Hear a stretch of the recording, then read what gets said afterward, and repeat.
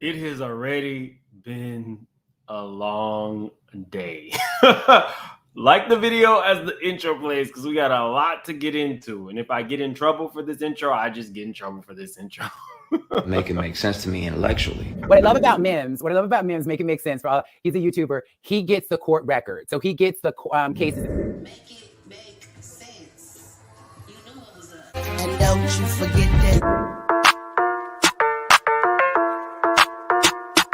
Big Mims. Surfer. Make it make sense. Tell me how you squeeze in the jeans. Make it make sense. Tell me about the things that you see. Make it make sense. Tell me about the things in your dreams. Hey, let me work out all the things in between. Make it make sense. Tell me how you squeeze in the jeans. Make it make sense. Tell me about the things that you see. Make it make sense. Tell me about the things in your dreams. Hey, let me work out all the things in between. Make it make sense.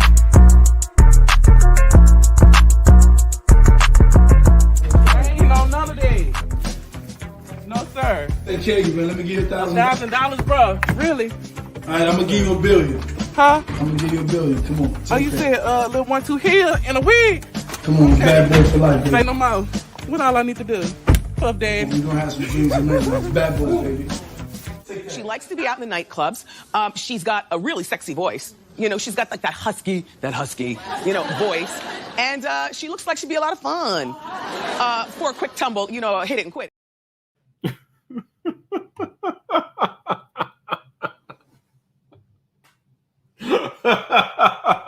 Hey, y'all. We might get in a little bit of a trouble with that, but that's all right. That's all right. Y'all, they then locked Jag up. And Jag is conducting interviews from the jail. Like, what is going on?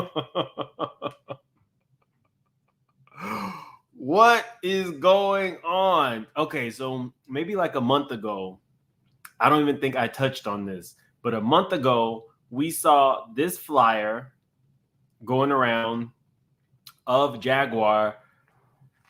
It was involving some truck. Now, we all know maybe about a year ago, Jag was also arrested. There was a lot of issues going on, but she's been free for a while. So Jaguar lives in Texas.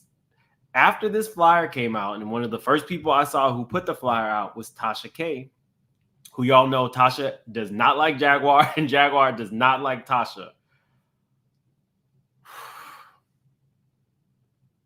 The girl then got locked up. She is officially in custody. But Jag was saying that this was not true. She was saying that it was a lie that Tasha K had made up. Well, now we know it was true. We saw this flyer go out, and we know that this is from Texas.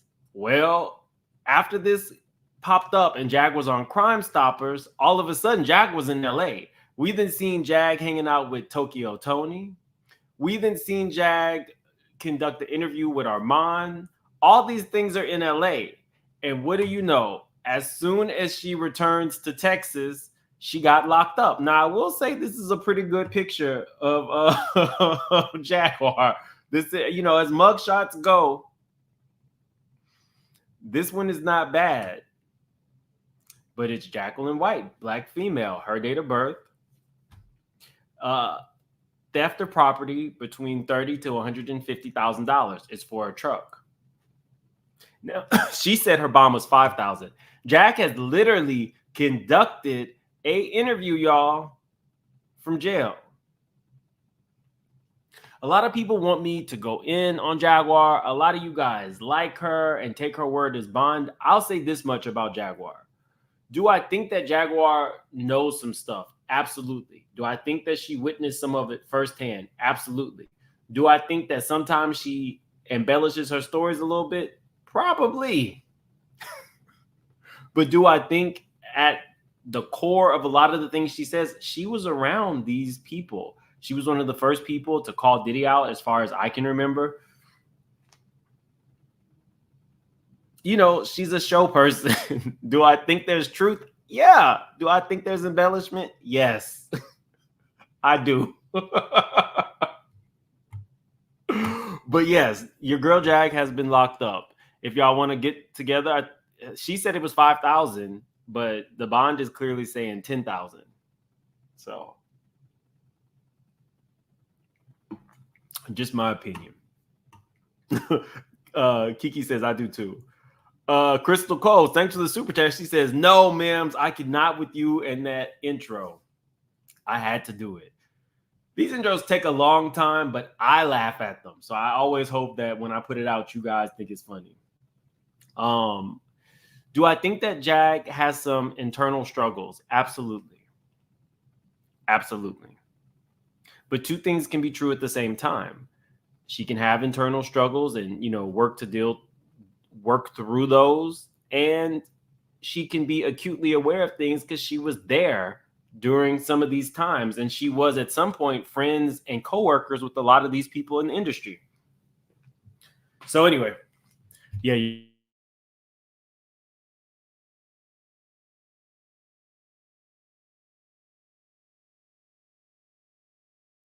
Tasha K, not to be outdone, is now also conducting interviews with YouTubers talking about Jag and really saying that Jag is out of control, has lost her mind, is delusional. For her part, Jag then said that Tasha was the one that turned her in. So I don't even know at this point. Are they each other's ops? Maybe. If Jag is a liar, then the people she talked about her are innocent and Diddy ain't innocent. No. Oh, you're talking to people in the chat because I didn't call her a liar. I just said I do think she embellishes some of her stories. Did Tasha K ever pay Cardi? Tasha K only has to pay a percentage of YouTube, but Cardi's fighting her right now to be able to get into some more of the money. Please stop saying Nivea. We didn't talk about Nivea today. We didn't talk about Nivea. Okay, y'all, let's move on because Suge Knight, not to be outdone, has decided he wants to expose Diddy, Jimmy Iovine. Y'all, it's the year of exposure, so why not? If Jaguar can conduct interviews from jail, then so the hell can Suge Knight.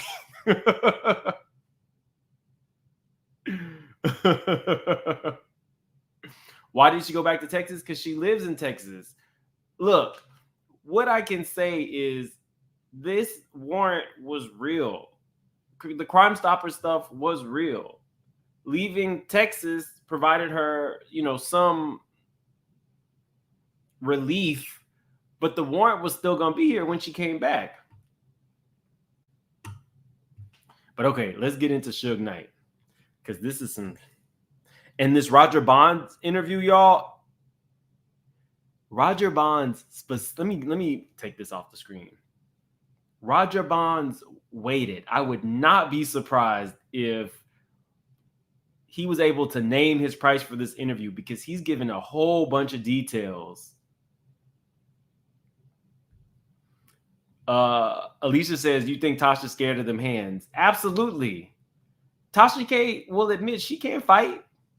She can't fight. She says she calls the police. I think this lady called Aunt Hammy was supposed to do an interview and then eventually tried to attack Tasha. Tasha is also working with some of those small apps similar to Zeus where you just have a whole bunch of people fighting. And those people tried to attack her. So she walks around with security. She says she doesn't fight women per se, because we did see her kick that man in the head who had attacked her at one of the events. Tasha can get Miami, but in general, I think Jag would probably get her, and I don't even think Tasha would try to even fight back. Let's see. So let's get into this Suge Knight stuff. Technology company, not a bank. Bank products are issued by Evolve Bank and Trust, member FDIC. Anybody talking about money? For the most part of it is. Here we go. Bank products are issued by Evolve Bank and Trust, member FDIC. Anybody talking about money? For the most most part of it is this. This is Suge. DC had a good woman. He had a great woman. There's a lot of things that people been knowing, and every person gets judged differently. Should be a gray area when it comes to doing something right, doing something positive, or being about the community. That's being said, actually, Puffy been an FBI informant forever. That's what he would say. That's why he's saying that Puffy been an FBI informant. A lot of people also think this, and they feel like that will add a layer of protection for Puffy with the feds after him. When it comes to him, regardless who get hurt, all of a sudden people saying, Puffy, Puffy, Puffy. I think they shouldn't all blame everything on Puffy. The fact is that in the industry knew about it. Everybody in his crew knew about it. They knew about it. Everybody knew about it.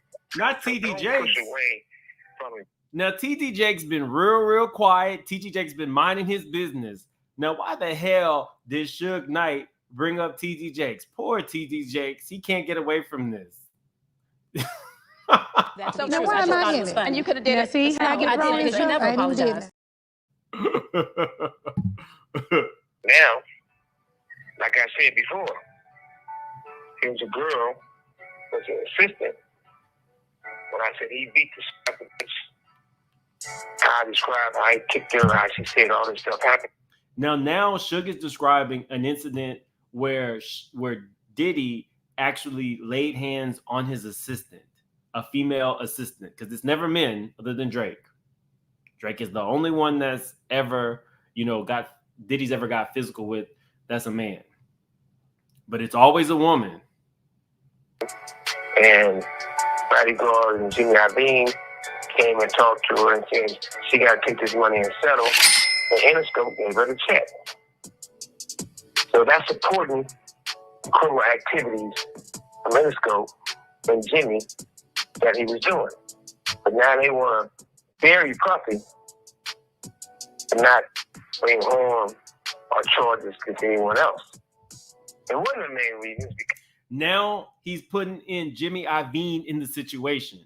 We all know Jimmy Iovine is a big shot in the music industry, and this was also Puffy's special friend. I mean boss. This was Puffy's boss. Now, for us historians, we know that there's no love lost between Jimmy Iovine and Suge Knight.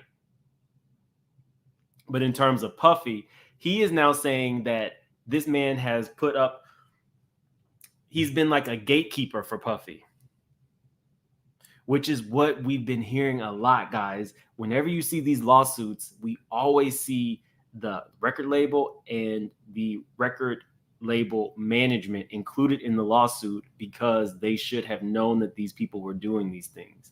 You can't put up a smokescreen for these people and not be in the lawsuit. Because he was doing this to a lot of black women or mixed women or different races. So they don't think our people is valuable. They think our people is worthless. That's the real reason. Which is not. Everybody should be treated the same. So, it's a lady named Martha Stewart. But Martha Stewart, allegedly, everybody says she says all the time. And when she's trying to prove her black ones are gangsters, she said, you know what? I'm good friends with Snoop Dogg.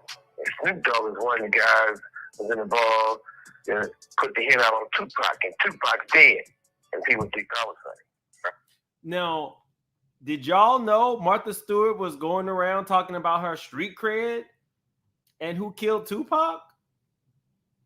Martha? What? I still don't feel that. But now, it's okay for a person to do all these things to people.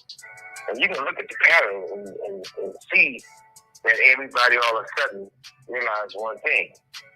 from the girl who was his assistant, Puffy's assistant.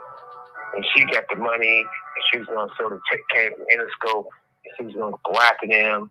Next thing you know, they said Snoop. Snoop started sending her merchandise. He started sending her stuff. He started sending her gifts. Just don't do that to Puffy. Okay? Now, one thing for sure. If all the people is guilty, their involvement of doing this, all this, beating these women up, all these horrible things, and raping men, and raping boys, and raping women. Whoa. Because he's been called the Black Epstein. Yeah. You said earlier that this could even be worse than Epstein. How do you feel about that? Like, that's a pretty shocking statement. That's what Lil Rod alleges in the lawsuit. But you've covered this. How do you stand up? I don't know if he's talking about the violence towards women or the age or the age factor of the minors or the drug factor. I just saw another video where Diddy is giving a drink to Justin Bieber. And we keep seeing videos with him and Justin Bieber. And like, they're making sure that Justin Bieber's drinking. For people who was involved. It's like everybody's paying. It's called RICO. And if it was a RICO charge, they would get all the people who was involved. If it was a RICO charge, this is Suge Knight. There's no statute to that. This is Suge Knight. So the way he beat the shit out of Cassie, there'll be charges if they go to RICO route. But it probably had never happened because he got a relationship with the FBI. If R. Kelly get his music cool, which was like Lady Gaga, I don't know how true it is, they said she pulled R. Kelly's song off her album. I don't care if it's producers, I don't care if it's artists, Fruit from the Poison Tree. They had nonsense going on, they should pull all that shit. Ain't no hater shit. It's some factual shit. Because if it was me, they would do it. If it was the next person, they would do it. At some point, we got to stand up for right. At some point, it's a difference between loyalty and stupid. I was stupid way more than I was loyal. I thought I was showing loyalty to something, and I was really being stupid to something. There's been times that I could have told the truth with a lawyer and never got no time. All the DA, all this person, all that. Snoop has a somebody said in the chat, what podcast is this? Snoop has a podcast from prison, just like Jaguar Wright is giving interviews from jail. You know, it's a new day and age. It's a whole new day and age. Instead, you know what? My rules is this. And when you're the only one playing by those rules, you're the only one gets. So he is doing this from prison, and he's not doing it with actual equipment. He's doing it from a phone. Basically, what he said in a nutshell was Diddy is only one part of the problem. When you have high-powered people like Jimmy Iovine protecting him, then they should also be going down. But Puffy is basically the scapegoat. And do I believe it?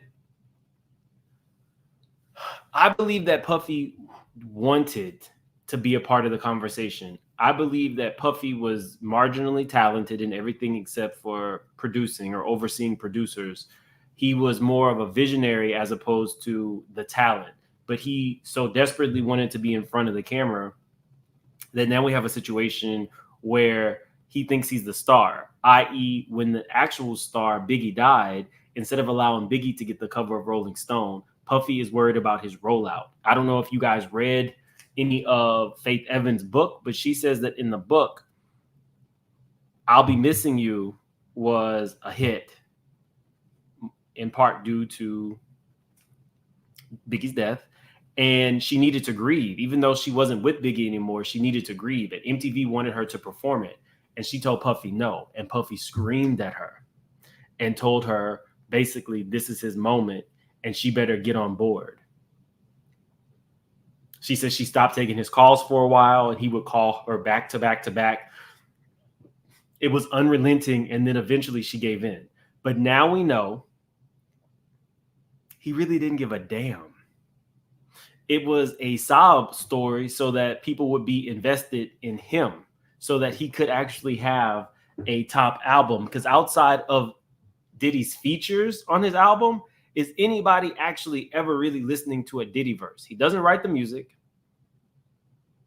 He barely has any type of flow. Yet and still, your concern is your rollout of your album, which technically, with all those features, is somebody else's album.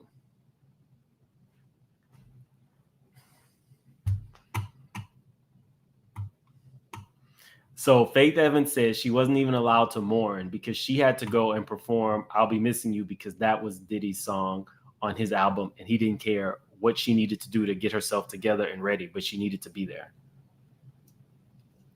Technically, she could have performed. They could have performed to a backtrack with Faith's vocals. Nope. He wanted her out there at all costs. He wanted that cover at all costs. But we're supposed to believe that you were such close friends with this man. Now, y'all, we're about to get into some shit because Roger Bonds. We're only getting into part one, but part one was so juicy. Whatever vladtv paid him. vladtv did a members only video interview with Roger Barnes. So I watched it, but we're not going to go through the whole thing. It's going to have to be in parts. If you don't know who Roger Bonds is, Roger Bonds was Diddy's bodyguard from what, like around, was it like 05 to maybe 13? He was a bodyguard for quite some time. Roger Bonds was like a street dude who was around the scene, got connected with Diddy, and became more of his like out of town bodyguard. He said that when he was in the city, he was usually off because they could be gone for a week or a month at a time. Scratchy Mama says, Jaguar has seen and heard a lot. She's not crazy. She's sick of it. Somebody tell Suge to go sit down. He's old news. Sit down and stop running over people. I don't know where we are on likes, guys, but this is not my normal time. So if you could hit the like button. We hit 170,000 subscribers last night. I appreciate each and every one of you. For new content creators, when people like your videos or share, that all goes into YouTube knowing that you're there and you're producing content. So it's a free way for people to support your channel. So please hit that like button. If you're new to the channel, our goal is 175,000. So we're super close. We just hit 170. So we have a good time around here. Roger Bonds. Wolf. Y'all remember Wolf, Diddy's bodyguard? Somebody who was gone too soon, we'll say. People said that he looks like Justin, is probably Justin's real daddy. Probably because the skin tone and because Justin can close his mouth and Diddy can't. But anyway, Wolf told Roger Bonds to be careful as he was taking the position with Diddy. Now, Diddy posted this picture of Wolf saying, rest in peace, Wolf. I don't know why he chose this specific picture, but this is the picture he chose to remember his friend Wolf. Not a picture of, say, maybe himself and Wolf, where he can't close his mouth. A picture of this guy and Wolf, who might be related to Wolf. I know Wolf had a younger brother that he was super close to. Maybe that's his younger brother. The historians can tell me, but again, I don't know why he chose this specific picture. Wolf told him to be careful. Now, that's interesting already, guys, because this stuff runs so deep and there's so many like gang affiliations. So Wolf got sent to Atlanta and nobody really quite understood it. So Wolf was running Diddy's like restaurant club, and the head of BMF, Big Meech, was there, and he brought one of Wolf's women, and there was an issue. The problem is Big Meech was really cool with Diddy. So the fact that Big Meech took out Diddy's bodyguard is already some shady stuff. Wolf is included in the video that I made of people mysteriously being unalived I will link that video. If you haven't seen it or you're new to the channel, I went through, it was like 35 people who are no longer with us. And Diddy's the last man standing. Anyway, Wolf was one of those people. But Wolf is telling the other new bodyguard of Diddy's to be careful of Diddy. Right off the bat, I was like, this man is with the shits. He goes into Kim Porter, and they're asking about a specific Essence interview where Kim said that Diddy would call her sometimes 50 times a day, and she was required to answer the phone. Do you know what it's like to have somebody who you're not with calling you 50 times a day?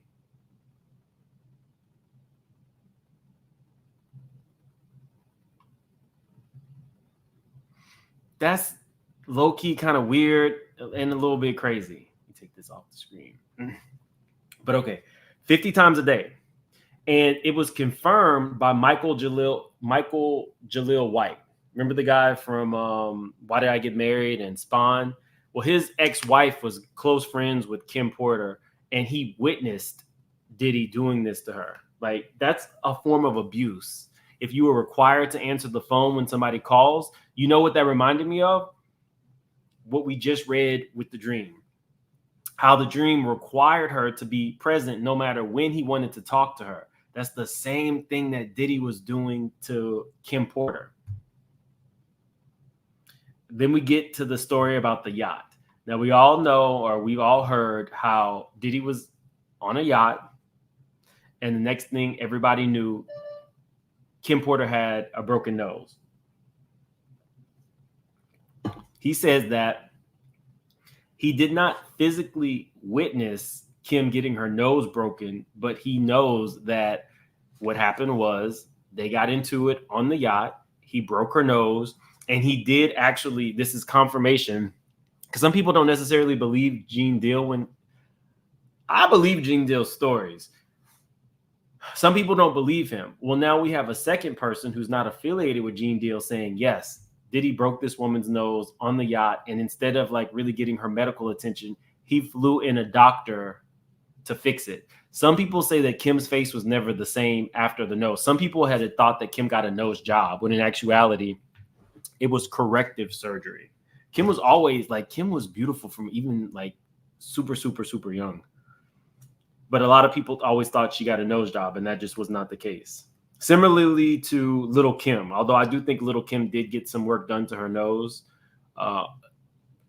Little Kim also had a boyfriend who put his hands on her and caved in the nose that she had done. So then she had to go in and get more corrective work done to her nose.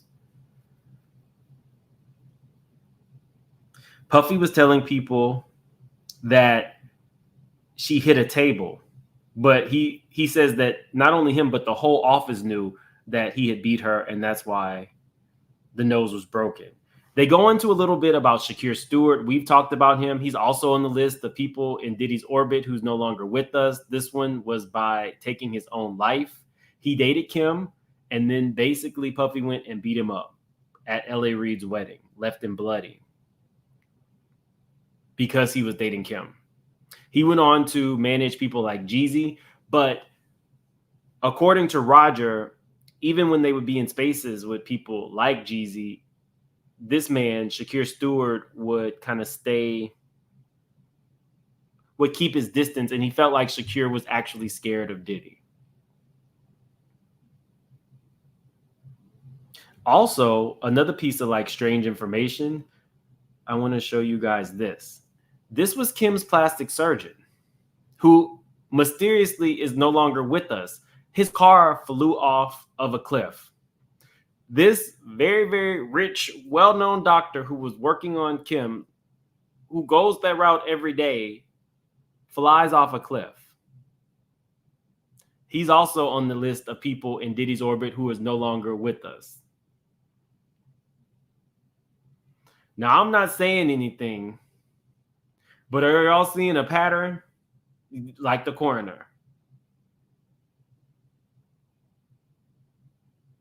Oh, and we're about to get into Erica. If you're talking about people who are no longer with us due to taking their own life, Erica's on that list as well. And we're about to get into some very strange stuff about Erica. If you don't know, Erica was the one that wrote Bling. We've talked about her at length on this channel. Guys, we got almost 4,000 in the chat. Definitely hit that like button. I don't even think we're at 1,000 likes yet. And again, if you're just coming in, we hit 170,000 subscribers today. Thank you guys very, very much for choosing to spend time with me. So he said that Puffy was known to fly in people to correct his mistakes. So it was never a thing of you're going to go to the hospital, you're going to go to the doctor. Remember, Kim didn't even go to the doctor when she had pneumonia. They sent somebody to her. We're going to fly him in. So he said that wasn't like the first time he saw Puffy fixing the issue that he created by flying in a specialist so that people would not know. Now, this is where it gets like, I might need y'all's help. I know some of y'all are some historians here. I had never heard this before. He asked him, well, when was the first time that you physically saw Diddy lay hands on somebody? And he said, oh, it wasn't Kim. It was a girl that he was dating, a girl named Erica. And I said, okay, well, I know he's not talking about Erica Kennedy from the book Bling. It can't be Erica Kennedy, but I don't know. When I did a search for anybody with the name Erica and Diddy, only 2 people are associated that worked for Diddy, because he later then said that, and she actually worked for Sean John. So when I looked them up, there is a Erica. Where is it? Is this her? Erica Pittman. She's from Diddy's right-hand woman to chief marketing officer at Aqua Hydrate. So I was like, okay. But she didn't get into Diddy's orbit till around 2009. She said, let's see. You have years of experience working in the industry and have been at Combs Enterprises since 2009. This was 2005, where the assault took place on the woman Diddy was dating named Erica. It says, how does Combs Enterprise differ from any other jobs? And this company is completely different.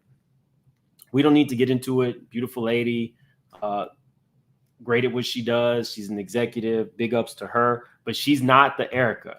Now, I was like, okay, but the Erica that I know of, Erica Kennedy, she was friends with Kim Porter and friends with Kimora. But then I was like, well, that really doesn't mean anything in the grand scheme of things, because Sarah Chapman, Diddy's other baby mama, was best friends with Kim Porter, and Kim Porter was friends with Misa.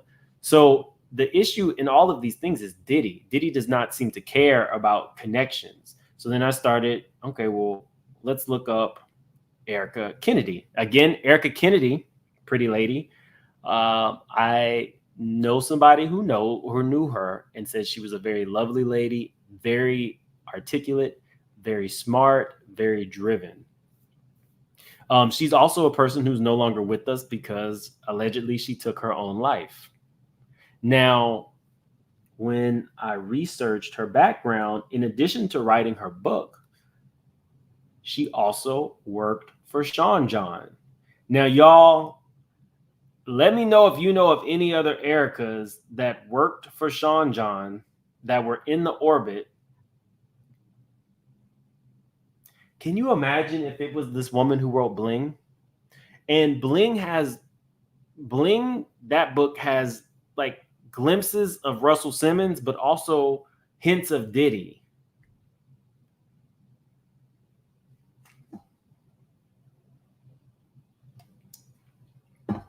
Could it have been Erica Kennedy? I don't know. That's the first time I've heard that name being said, Erica, as somebody that Diddy dated. Now, if y'all know of any other Ericas, let me know. You can DM me on Insta at Make It Make Sense Now. I don't know any other Ericas. I don't know any of the Ericas who were close enough to be around like that, who worked for Sean John.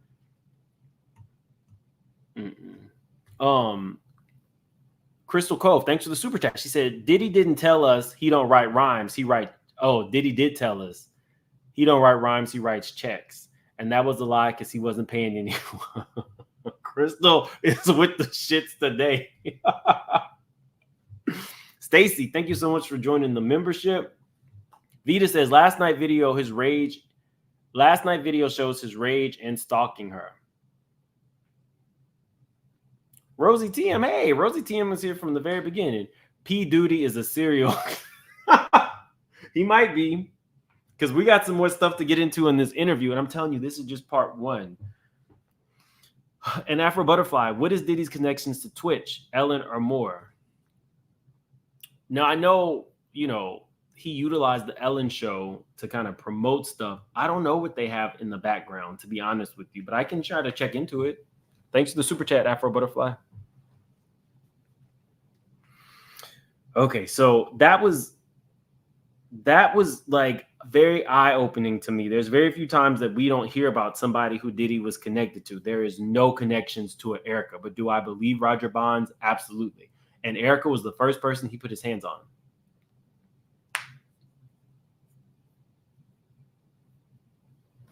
So he said that when he did hit the girl, he slapped her open hand and then took her upstairs. The girl was very timid and there was limited things she could do because she worked for Sean John. He said he did not intercede in it because there was no further fighting. It was just him slapping her and then they went right upstairs. So y'all let me know. Let me know if there's any other Ericas that Diddy dated. He saw 3 physical fights with Kim. This is where it gets you, Rosie TM. You think that he's a serial K? Listen to this. Don't this sound like OJ? It was 12 a.m. Puff is banging on Kim Porter's door at the house in Toluca Lake, trying to get in because he believed that she had somebody in the house. He tells the security guard, I don't care if we get arrested. We're not leaving till we get into the house.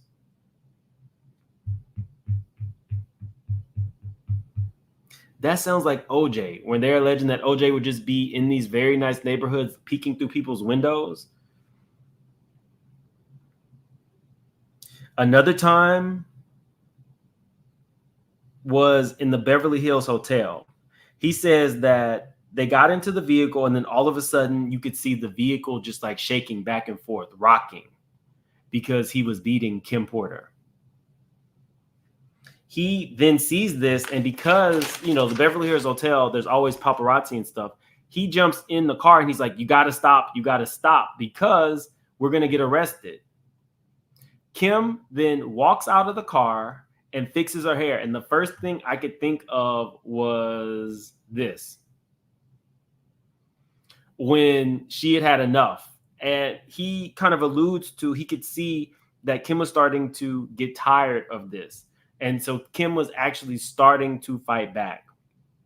And this time she actually threatened Diddy, saying, F with me again, and I'm going to mark you up. So you'll have to explain it. He said that's where he felt like Kim had really found her power. And she knew that she could scratch him up or cut him or do something where he would have to explain to the public why his face was messed up or why whatever was messed up. So I was kind of glad to hear that she had found her power, and it made sense to me. I was going to actually do a video about this where I'd heard Kim had found her power and was fighting him back, but I guess I won't do a video. I'll just tell you guys, 2 people we've heard fought back. Gina eventually fought back, and then Diddy got done with her.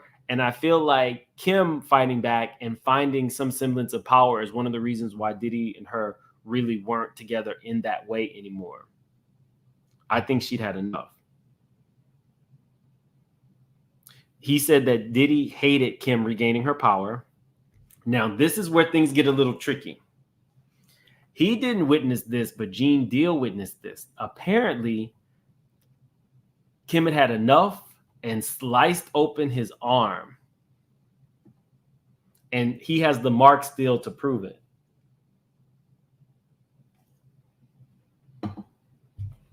Sliced open his arm.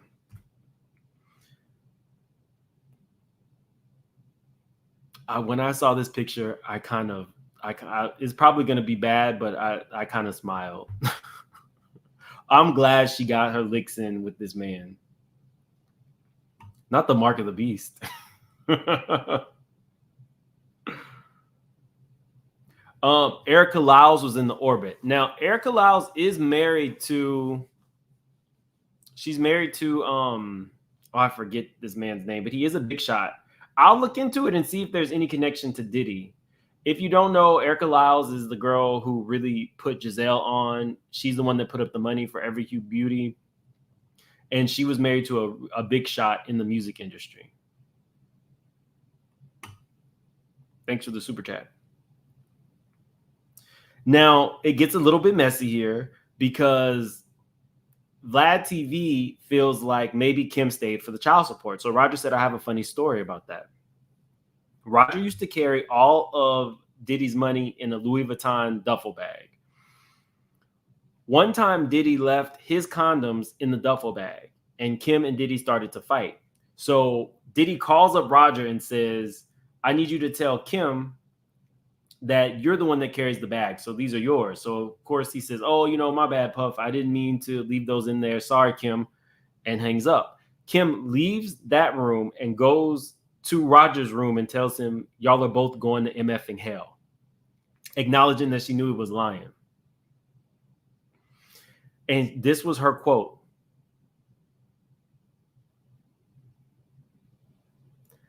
I go for this because I allow it. I have 4.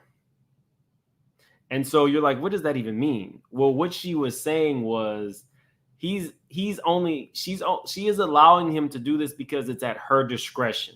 She has 4 kids by him. So if she wants to leave and just collect child support, she can. And he says that's when he realized that Diddy had actually adopted Quincy.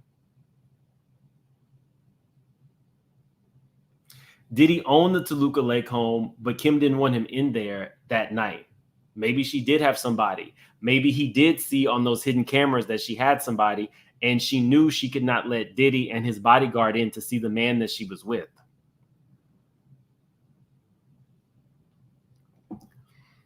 I know this, but do y'all know this? Put in the chat, 1, if you knew this, 2, if you did not know this.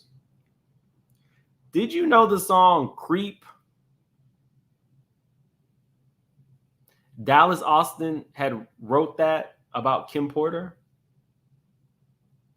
1, if you knew that. 2, if you didn't.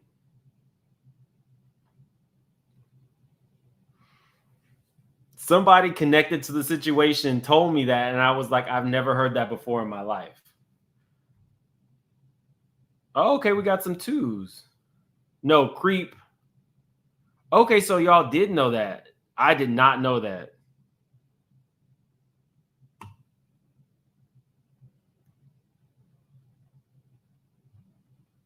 Okay, so y'all did know. Okay, I did not know that Dallas Austin had wrote the song Creep about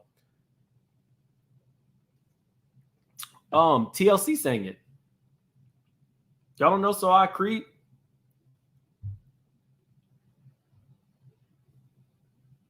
Yeah, they dated way back when they were in high school, but they stayed connected.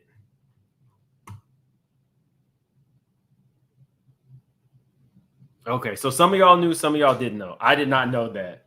I was like, oh, okay. Well, at least she was still living her life. At least she was still living her life. Oh, wait. Oh, my bad. 2 is if you did not know. Okay, so most of you guys didn't know. Only a few of you knew. Okay. Okay. Yeah, I didn't know either.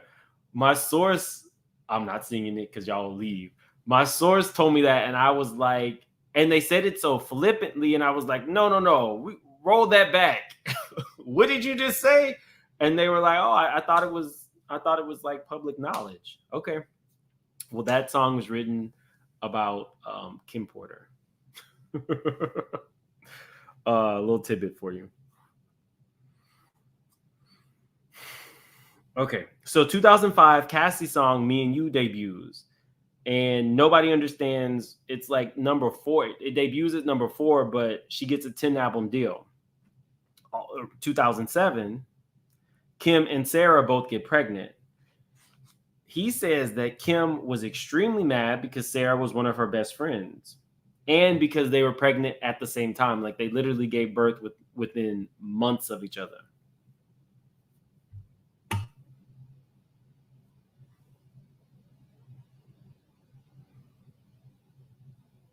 About them creeping together. Was Creep about him or her creeping? About them creeping together.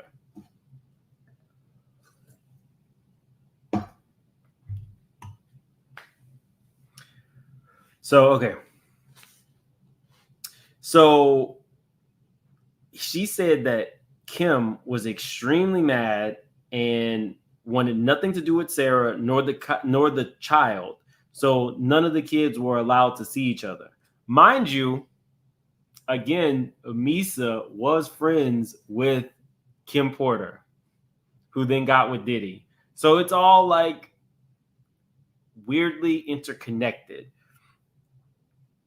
He says Sarah was very quiet. Now, this is where it gets a little messy.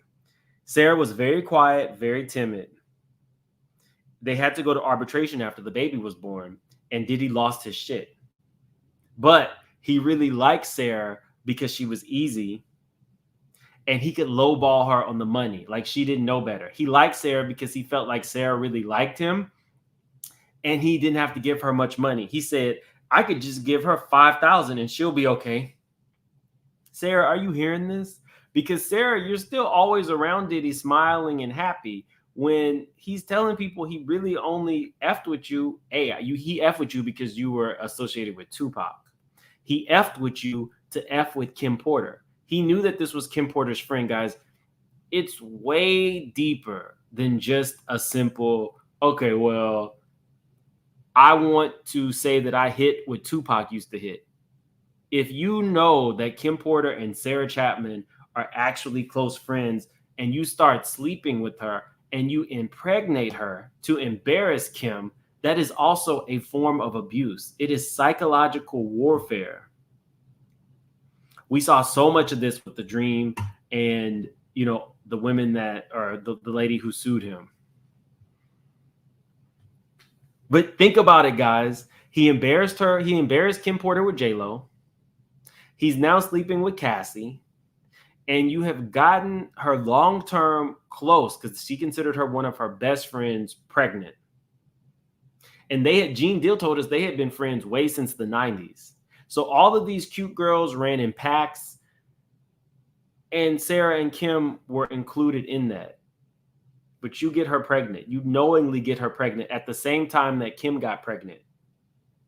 And we know even way back when she was pregnant with Christian, no, that was Misa. When Misa was pregnant with Justin and it was Diddy's first Father's Day, he invited his white mistress to his Father's Day event. We don't know how many other mistresses were there. We don't even know if he was sleeping with Kim back then. But yeah, that was trash. And Sarah, you should feel... I hope you feel a way about hearing stuff like that because I believe it. He has a statue of her. He has a statue of Kim Porter? Yes. Dallas Austin does have a kid with Chili.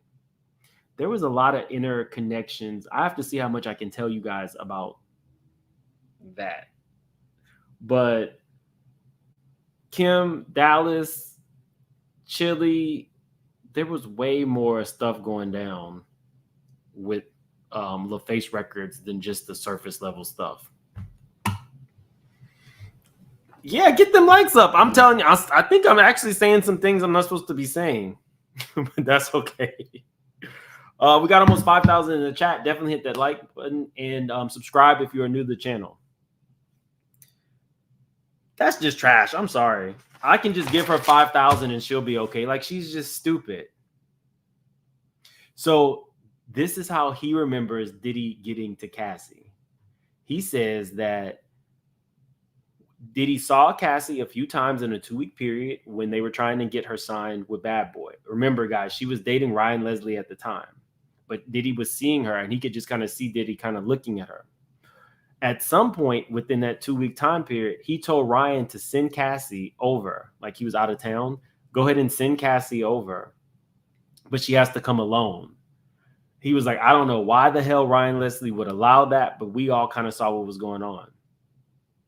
He also admits that everybody in Puffy's orbit takes ecstasy. Everybody. He created a fake flyer with Cassie on it, saying Cassie had to host the party and make sure that Cassie is there and make sure that Cassie is alone. And from that point on, he knows that he kept Cassie high all weekend long and that they started having sex. Initially, in that first 2-week period, people were kind of taking bets on how long it would take him to break the safe. Of course, you know what breaking the safe means. I don't have to go into detail there. Soon after he broke the safe, because it was in that first weekend, he got Cassie an apartment near his, but not at his apartment, and a car. Her parents were there, and they were skeptical of Diddy, but they were also very proud of Cassie because it was a really nice apartment, and they thought that, okay, well, she has a rich boyfriend, and she's doing what she needs to do to take care of her career. They had no idea what was going on. Now, this is very interesting. Cassie was not allowed to hold her own money. Diddy supplied her with everything. Similar to the dream. If I'm not giving it to you, you don't get it. It is a measure of control, y'all. A measure of control. So here's this woman with a top 4 hit. She's going around, she's singing, she's touring, she's doing whatever. She's not allowed to hold any money. And then Puffy says, I'm going to manage you. So Puffy's now managing her career. He's having the bodyguard, Roger, schedule like club appearances. Now, they were offering Cassie, now keep in mind, this is like 2007. They were offering her $10,000 for walkthroughs. He would not allow her to take that and said she had to go 25 or more, which didn't even make sense for a new artist. She wasn't performing. $10,000 back in 2007 was a lot of money. Even now, you know, moderate people are getting like 25,000, 30, 40 for a walkthrough. This was almost 20 years ago. So it's controlling every aspect of her life. I've signed you. I've managed you. I'm telling you where you have to live.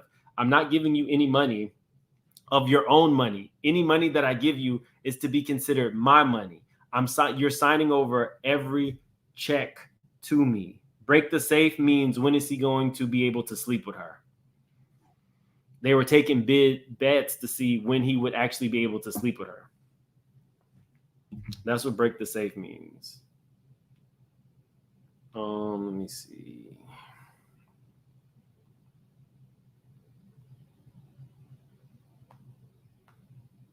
Okay, so what I'm gonna do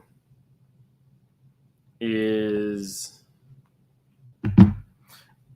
there's so much in this interview. I'm going to do this in parts. I still have to give you guys the video where we were breaking down everything that went on with not Jimmy Iovine. Who was the other one? Who's the gay guy who bankrolled Diddy?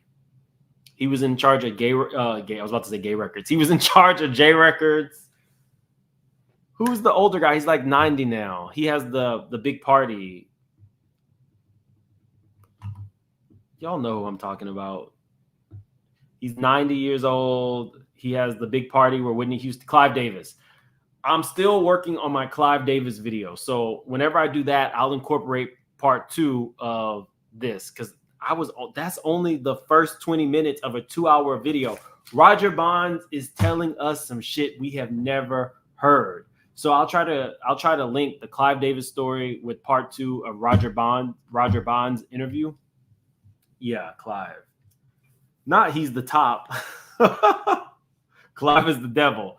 Well, not only Clive, but there was another person who was there who was helping to bankroll Diddy. Before there was Illusion, there was this guy. And I'm working that story and I'm working that angle. So I'll bring you guys that. I am going to be on my Real Life Sisters channel today. We're reviewing Love During Lockup. So right now in the chat, I'm going to be dropping her link. If anybody watches that, definitely join us today. I'm already kind of buzzed, so it should be fun. Let's see. I have dropped her link, and subscribe to her. She's a new content creator. She's going to be doing a lot more than just Love After Lockup, but this is really just the start of her channel. So I have dropped her link in the chat, and I need to get through these super chats myself. Damn it. It keeps making me click the damn link. Here we go. I pinned it. So I think she's close to her 1,000 subscribers. Or she might have like 700 now. You need 1,000 before you can get monetized. Let's see.